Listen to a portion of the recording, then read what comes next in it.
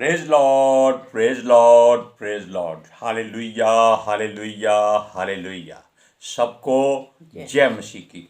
परमेश्वर, हमारा परमेश्वर जो सबका परमेश्वर है, सारी सृष्टि का, सारे जगत का परमेश्वर, हालेलुया। और उसका एक संदेशा कि उसका पुत्र न्याय करने को आ रहा है। सावधान हो जाइए। आज के सुसमाचार के लिए परमेश्वर की बेटी प्रार्थना करेगी।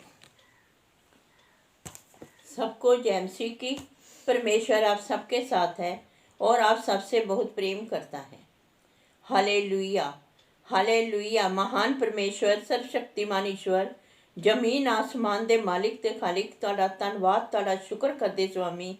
अज दे सुंदर दिन लई, सुंदर समय लई, सुंदर सुबह लई पिता जी, जो साड़ियां जिंदगियां बख्शी पिता जी, खुशियां ते आनंद दा दिन बख्शिया, तंदुरुस्ती दित्ती पिता जी, और अपने कदमां 'च बैठण लई अपना फजल बख्शिया प्रभु। ये सब तुहाडी दया, तुहाडी किरपा मेरे पिता परमेश्वर। तुहाडी बेटी हिरदे तो तुहाडा धन्नवाद, तुहाडा शुक्र करदी है स्वामी, जो हर रोज़ की सेवा बख्शी मेरे पिता जी।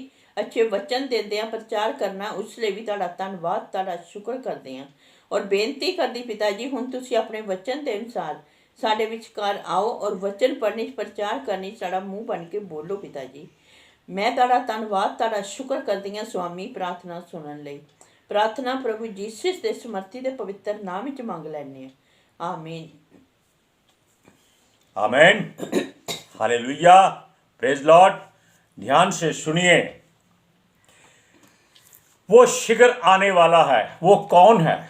वो परमेश्वर का प्रिय पुत्र यीशु मसीह है, जो वचन था, देहधारी होकर हमारे बीच में आया था, लेकिन संसार ने उसे कबूल नहीं किया और उसको सलीब पर चढ़ाकर मारने की कोशिश की, लेकिन जिसको परमेश्वर जीवित रखता है उसको कोई मार नहीं सकता।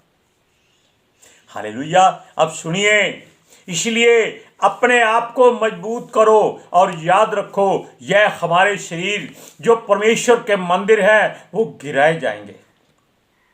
यानी कि अपनी मौत को हमेशा याद रखो, उसको कभी ना भूलो। क्यों? जीवन चंद पल का है और मृत्यु सदा की है, जो कभी खत्म नहीं हो सकती।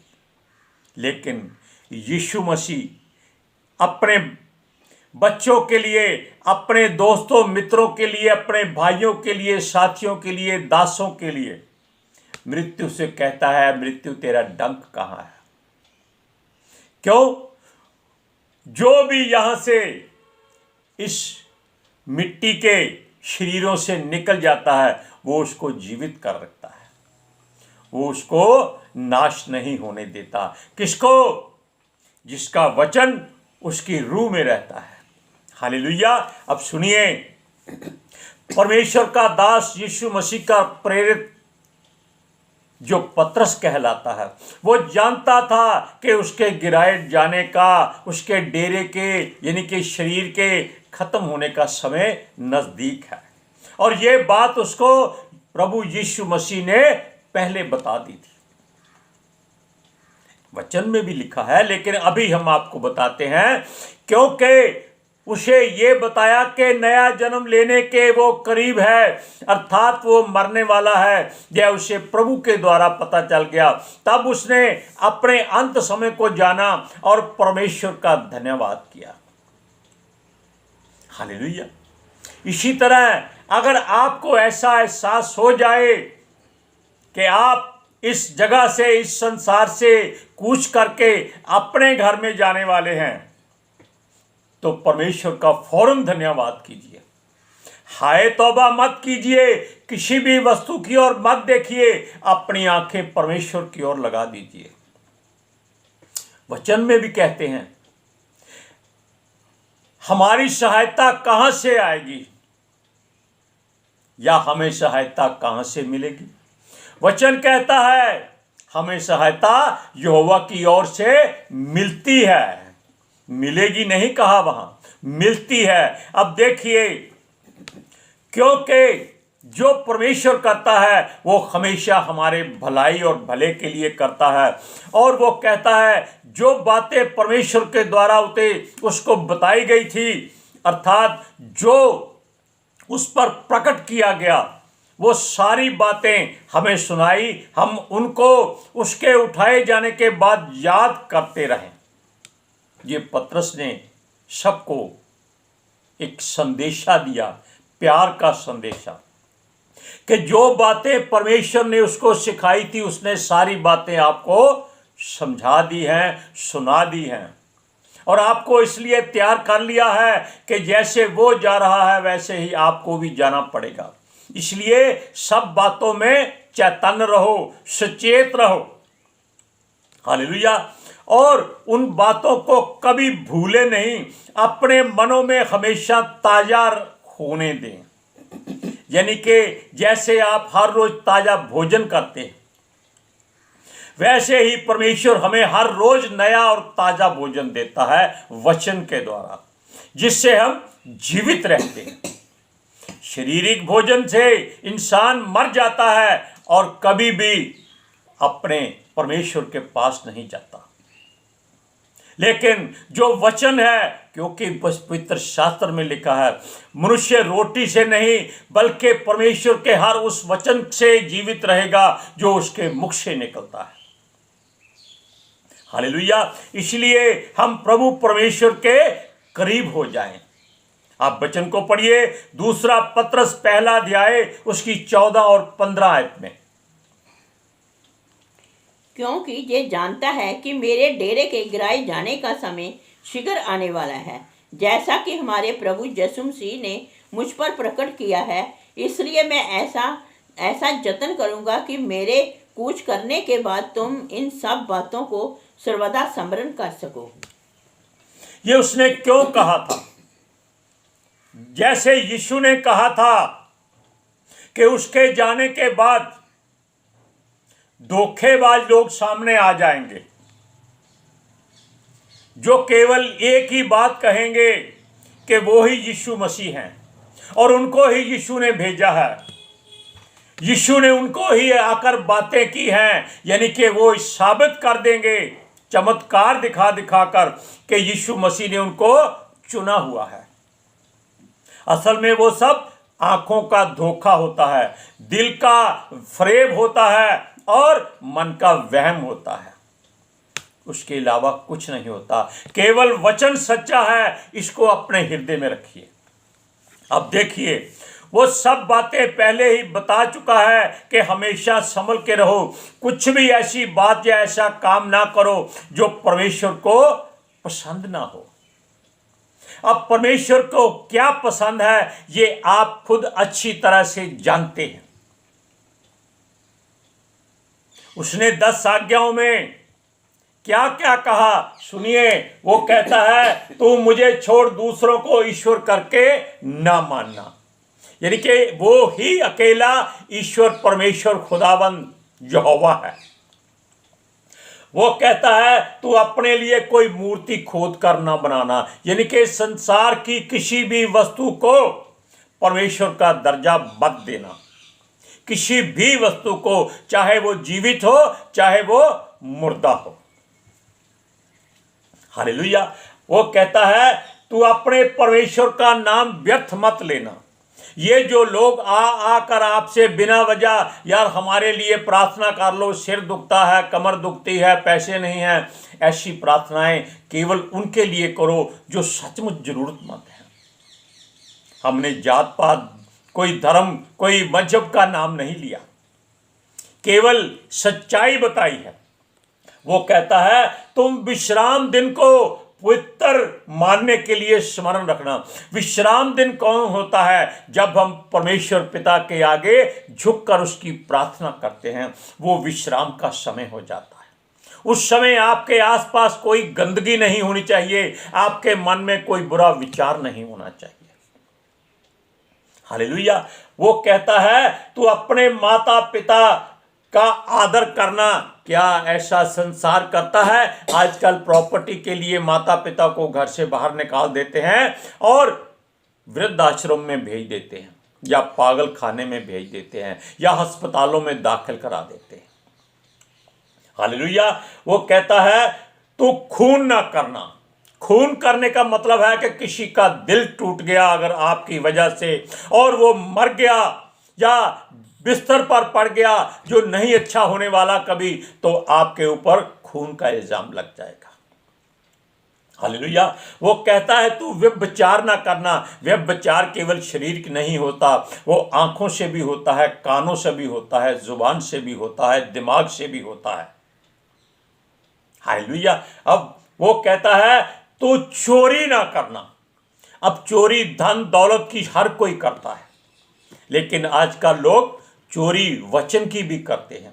कोई गैर भाषा यानी कि स्वर्गीय भाषा बोलता है, उसकी नकल करके चोरी करते हैं। हम भी करते थे, लेकिन हमने जब वचन पढ़ा हमने छोड़ दिया। हालेलुया। अब सुनिए, वो कहता है तू किसी के विरुद्ध झूठी साक्षी मत देना। यानी कि जिसको आप जानते नहीं, पहचानते नहीं, आपका उसके साथ कोई लेना देना नहीं, कोई झगड़ा नहीं, कोई वैर विरोध नहीं, उसके विरोध में कभी झूठी बात मत कहते ना। झूठ बोलना इंसान का एक फैशन बन गया है, लेकिन वो कहता है ऐसी बात मत करना कि जब उसको मालूम हो कि देखो ये मेरा मित्र था, इसने मेरे विरुद्ध में झूठ बोल दिया, आप उसकी निगाहों में गिर जाओगे और परमेश्वर की निगाहों में तो आप तुच्छ जाने जाओगे। हालेलुया। वो कहता है तो किसी के घर का लालच ना करना। किसी की किसी भी वस्तु का लालच मत करना। संपत्ति हो, उसकी घर में अच्छे अच्छे लोग हों या अच्छे नौकर चाकर हों, अच्छा धन हो, कुछ भी हो, वो जो किसी का है वो उसी का रहने देना। अपनी मेहनत पर घमंड करना, दूसरे की मेहनत पर नहीं। ना ही किसी दूसरे की चर्च के पास उसके लोगों को खींचकर अपनी चर्च बनाना। हालेलुया। अब सुनिए, परमेश्वर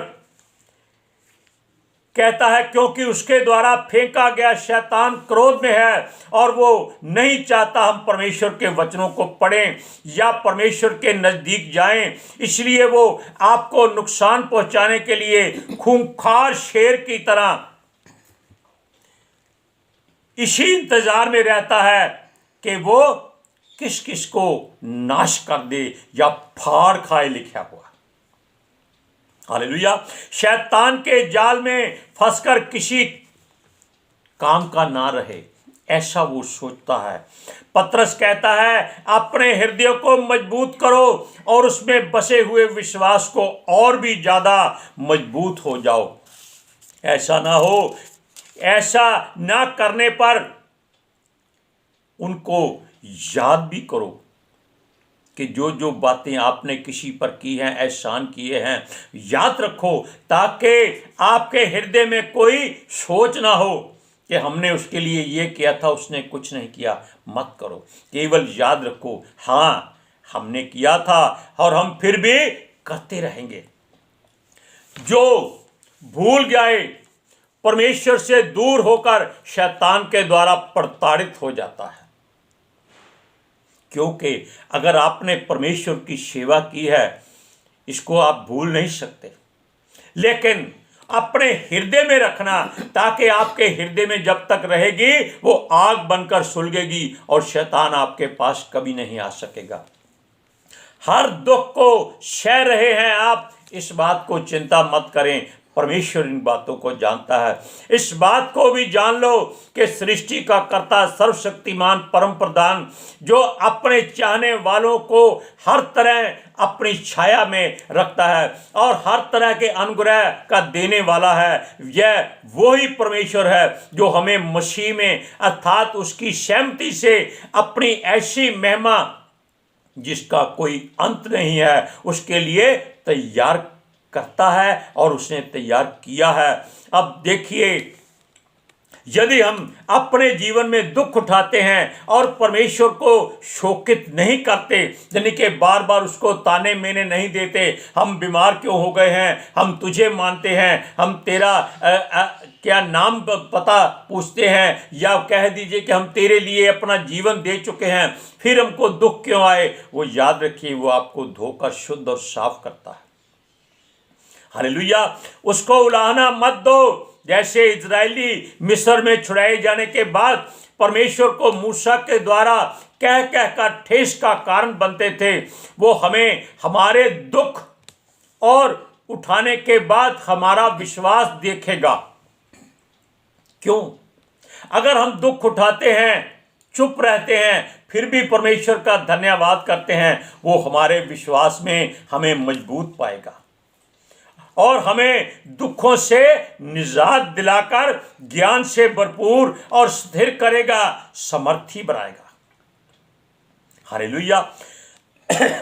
हम दुख सहकर भी उसकी महिमा करते रहें, हमें अपनी सामर्थ्य से वो भर देगा। आप वचन को पढ़कर देखिए, पहला पतरस 5वां अध्याय उसकी 8 से 10 आयत तक। सचेत हो और जागते रहो, क्योंकि तुम्हारा विरोधी शैतान गर्जने वाले सिंह के समान इस खोज में रहता है कि किसको फाड़ खाए। विश्वास में दृढ़ होकर और ये जानकर उसका सामना करो कि तुम्हारे भाई जो संसार में हैं ऐसे ही दुख सह रहे हैं। अब परमेश्वर जो सारे अनुग्रह का दाता है, जिसने तुम्हें मसीह में अपनी अनन्य महिमा के लिए बुलाया, तुम्हारी थोड़ी देर तक दुख उठाने के बाद आप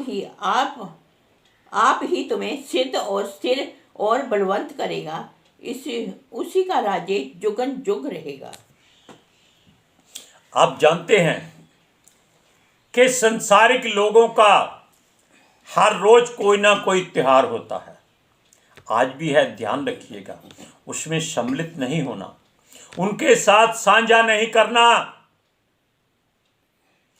किसी भी हालत में उनके साथ इस बात की साझ नहीं पानी, समझौता नहीं करना। परमेश्वर का वचन जिसके हृदय में होता है वो संसार से अलग हो जाता है। जैसे आप सफेद वस्त्र पहनकर कीचड़ में नहीं जा सकते, बस ऐसा ही समझ लीजिए कि आप परमेश्वर के वचन के द्वारा शुद्ध और साफ किए गए हैं। इसलिए वापस रूढ़िवादिता में मत जाइएगा। अपने साथियों संगियों को, चाहे कोई रिश्तेदार हो, इस बात में अपने आप को सम्मिलित मत कीजिएगा, वरना आप परमेश्वर की निगाह में तुच्छ हो जाएंगे, दूर हो जाएंगे। क्यों? वो लोग जो करते हैं उनको करने दो, उनके काम में दखल अंदाजी भी मत करो। अब सुनिए, इस कारण मनुष्य जो पतरस का प्रचार सुनते थे वो उनको भाई कहता है। हालेलुया। अगर हम चुने गए हैं या बुलाए गए हैं तो परमेश्वर के नजदीक जाने के लिए हमेशा कोशिश करो, उसके पास जाने के लिए। अगर उसका एक दास प्रेरित आपको भाई कहता है तो याद रखिएगा, यीशु ने भी कहा था, आज से तुम मेरे दास नहीं, तुम मेरे मित्र हो। लेकिन उसने जब सलीब से निजात पा ली और आत्मा में जीवित हो गया, तब उसने कहा था मरियम को, जो उसको देखने गई थी, मरियम उसकी माता नहीं, दूसरी मरियम, क्योंकि 3 मरियम उसके साथ थी। उसने कहा जाओ मेरे भाइयों और पतरस को संदेशा दो कि वो आपको गलील में पहले मिलेगा। यानी उसने आपको भाई कहा है, इसलिए पतरस भी आपको भाई कहता है। अब सुनिए, हर बात जो प्रभु की ओर से मिली है या सिखाई गई है उसे पकड़े रहो। ऐसा करने पर प्रभु के नजदीक जाते हो तो जीवन में कभी भी किसी के चुंगल में नहीं फंसोगे। इसीलिए कहते हैं कि संसार के किसी भी काम में समझौता करने की कोशिश मत करना। हर दुख को सह लेंगे और उसमें मजबूत और सिद्ध होते जाएंगे। हर मार्ग पर स्थिरता से चलेंगे और ठोकर से बचे रहेंगे। संसार की बातों को परमेश्वर के ज्ञान से बराबरी करने की कोशिश मत करना। हालेलुया। ऐसा करने से आप अपने आप को परमेश्वर की निगाह में गिरा दोगे। हालेलुया। कोशिश भी ना करो ऐसी, वरना पश्चाताप का समय नहीं मिलेगा। कोई समझौता नहीं कि हाँ भाई संसार में रहना है, पे जाकर मिठाई का डब्बा दे आते हैं, अगर वो ले आया तो ले लेते हैं। बिल्कुल नहीं। परमेश्वर का वचन कहता है अपने घर के अंदर रहो, कुंडी लगा लो, जब तक परमेश्वर इजाजत ना दे दरवाजा मत खोलना। अगर दरवाजा खुल गया तो आप जानते हैं, हमने कहा है कि बाहर शैतान भूखे शेर की तरह खड़ा है कि किसको फाड़ खाए, क्योंकि वो हो सकता है बादामों और गिरियों के डब्बे लेकर किसी को भेज दे, सोने चांदी के कड़े मुंदरी भेज दे और आप खुशी से स्वीकार कर ले जय मसीह की। ऐसा करने से आप अपनी सारी जो पद यात्रा, मुख यात्रा, आंखों की यात्रा, दिमाग की यात्रा वचन के लिए की है, वो सारी खो देंगे। वचन को पढ़िए, दूसरा पत्रस पहला अध्याय उसकी 10वीं आयत में। इस कारण हे भाइयों, अपने बुलाए जाने और चुन लिए जाने को सिद्ध करने का भली भांति जतन करते जाओ, क्योंकि यदि ऐसा करोगे तो कभी भी ठोकर ना खाओगे। Praise Lord. अब आपको देखना है कि आज कौन कौन अपने आप को स्थिर रखता है। हालेलुया। आज के सुसमाचार के लिए परमेश्वर की बेटी प्रार्थना करेगी। Hallelujah. Thank you Jesus, thank you Lord, thank you पितर आत्मा जी। ਤੁਹਾਡਾ ਧੰਨਵਾਦ, ਤੁਹਾਡਾ ਸ਼ੁਕਰ ਕਰਦੇ स्वामी, ਸਾਡੇ ਵਿਚਕਾਰ ਆਉਣ ਲਈ, ਵਚਨ ਪੜ੍ਹਨ, ਪ੍ਰਚਾਰ ਕਰਨ, ਸਾਡਾ ਮੂੰਹ ਬਣ ਕੇ ਬੋਲਣ ਲਈ ਪਿਤਾ ਜੀ, ਤੁਹਾਡੀ ਬੇਟੀ ਹਿਰਦੇ ਤੋਂ ਤੁਹਾਡਾ ਧੰਨਵਾਦ, ਤੁਹਾਡਾ ਸ਼ੁਕਰ ਕਰਦੀ स्वामी। सचमुच खुदा ਤੁਹਾਡਾ ਦਿੱਤਾ ਵਚਨ ਤੁਹਾਡੀ ਇੱਛਾ ਦੇ ਮੁਤਾबिक ਮੇਰੇ ਪਿਤਾ ਪਰਮੇਸ਼ਵਰ ਦੁਨੀਆ ਦੀ ਸ਼ੋਰ ਤੱਕ ਪਹੁੰਚੇ, ਲੋਕ ਸੁਣਨ ਔਰ ਸੱਚਾਈ ਨੂੰ ਜਾਣਨ ਔਰ ਸੱਚਾਈ ਉਹਨਾਂ ਨੂੰ ਆਜ਼ਾਦ ਕਰੇ ਪਿਤਾ ਜੀ। मैं ਤੁਹਾਡਾ ਧੰਨਵਾਦ, ਤੁਹਾਡਾ ਸ਼ੁਕਰ ਕਰਦੀ स्वामी, और ਤੁਹਾਡੇ ਬੱਚੇ ਹਮੇਸ਼ਾ ਤੁਹਾਡੀ ਸ਼ਾਂਤੀ और ਤੁਹਾਡੇ ਅਨੁਗ੍ਰਹਿ ਵਿੱਚ ਬਣੇ ਰਹਿਣ। आमीन। Praise Lord. आमीन। सबको जय मसीह की।